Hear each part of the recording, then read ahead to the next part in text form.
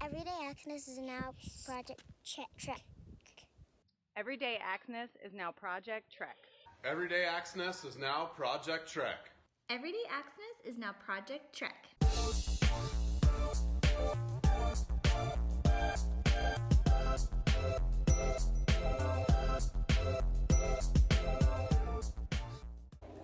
So it's time to head out. We are in Amarillo and we're headed to Capulan, New Mexico.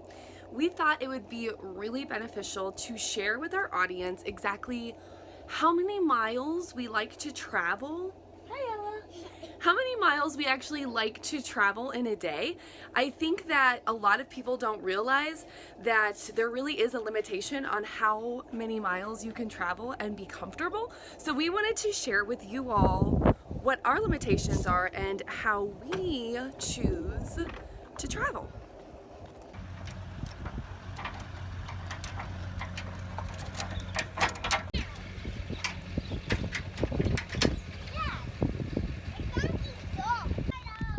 Anderson, what are you doing? We're supposed to be leaving. I'm riding my bike. Where are you going? We're supposed to be heading out. You ready? Where are we gonna go? To New Mexico. So one of the biggest problems that we face in this gas motorhome is finding gas stations that you can fill up at, because the gas tank is on the very, very back of the rig. And when you're towing a car, you're quite long. Will it work? No. Nope. Because the car will be sticking out into the road, and the front of the RV will be nosed up against the building. Okay. That one would work. Yeah. The other thing is that if you decide to pull a car on a car dolly, you can't actually reverse. So we have to be able to just move forward all the time. What about this gas station? Yeah, that would have worked. Too late now. Now, this wouldn't be that big of a deal if you had a diesel motorhome, but because we have a gas motorhome, we have to be able to fit at the gas pumps. So what I've done is I've actually found that the Flying J travel gas stations have dedicated RV lanes. These RV lanes have gas or diesel and basically give you plenty of room to be able to pull up and also pull out, because that's the problem. Once you get there, you can't necessarily pull out. So I'm usually in the passenger side of the vehicle trying to find a gas station that will work for our motorhome. Welcome to New Mexico! So if it's a really easy drive, not too hilly, not too windy, I can do 5 hours. I think that's about the maximum amount of time I can drive. So you liked New Mexico and Arizona. Well, so we stayed in Cottonwood, Arizona, but we kind of just drove through New Mexico. I think we stayed overnight. We didn't even bother putting the sticker on the map because No, we know didn't. where. So we stayed in Arizona for a week, and then we just booked it across the country. We were supposed to cover, I think, close to 1,300 miles in 4 days. But now this time around, we're trying to slow down and explore a little bit more, because there was all kinds of cool stuff in New Mexico that we didn't stop to see. And we're back in New Mexico, and it's really exciting because we're on our time now. We don't have any commitments to anyone other than ourselves. So we're going to explore New Mexico a little bit, and yeah.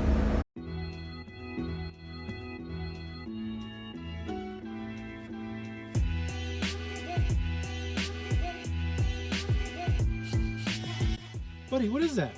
This? Yeah. It's a sunshine.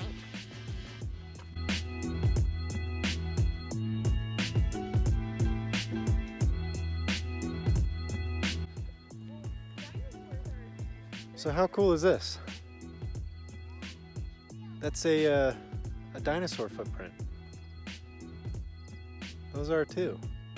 So this is all covered with shale, I believe. And the footprints were made in limestone. It was covered in shale. And when, I guess, the Corps of Engineers, they dammed this up and it came over the spillway and it washed away all the shale. And it exposed the soft limestone that the footprints were made in. Pretty cool.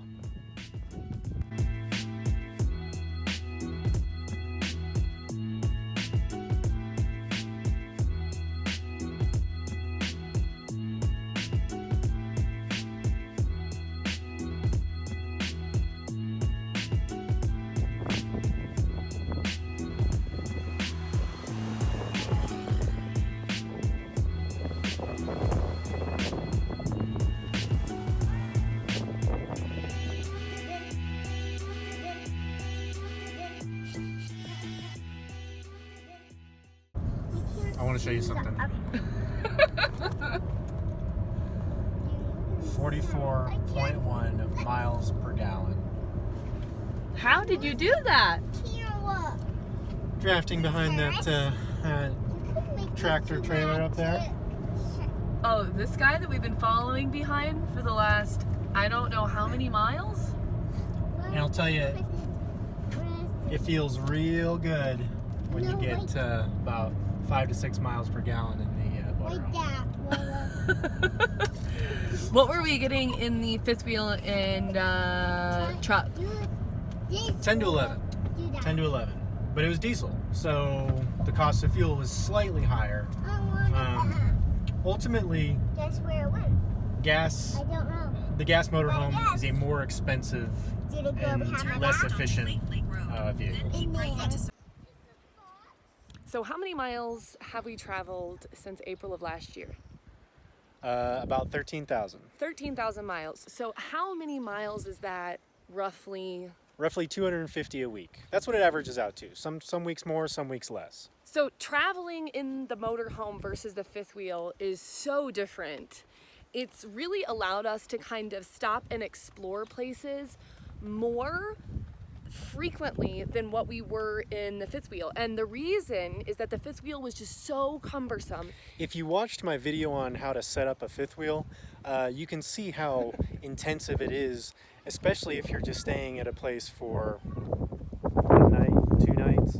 And while in some spots you might just want to leave the truck attached, sometimes you want to go out and see stuff like this. We're at Capulan Volcano Monument right now, and we're only staying in our spot 2 nights. We would not have been able to do this with the fifth wheel because it would have just been way too cumbersome.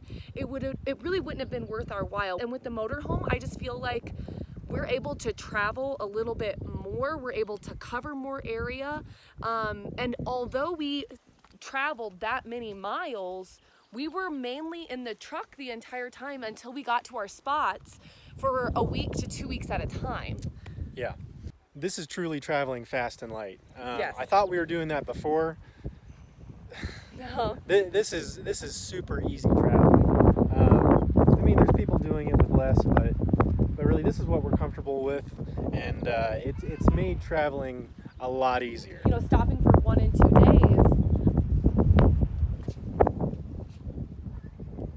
That wind. Oh, that wind. So this kind of fighting the steering wheel is what people talk about when they talk about driver fatigue and RVing. These gas motorhomes just don't have the same suspension. You can probably hear our antenna kind of rattling in the wind.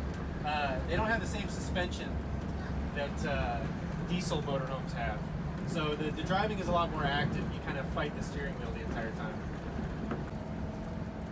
I don't know if you've heard me talk about how this kind of drives like a sailboat, but you can kind of see this in action right now. The steering wheel is pointed that way just to keep us in a straight line.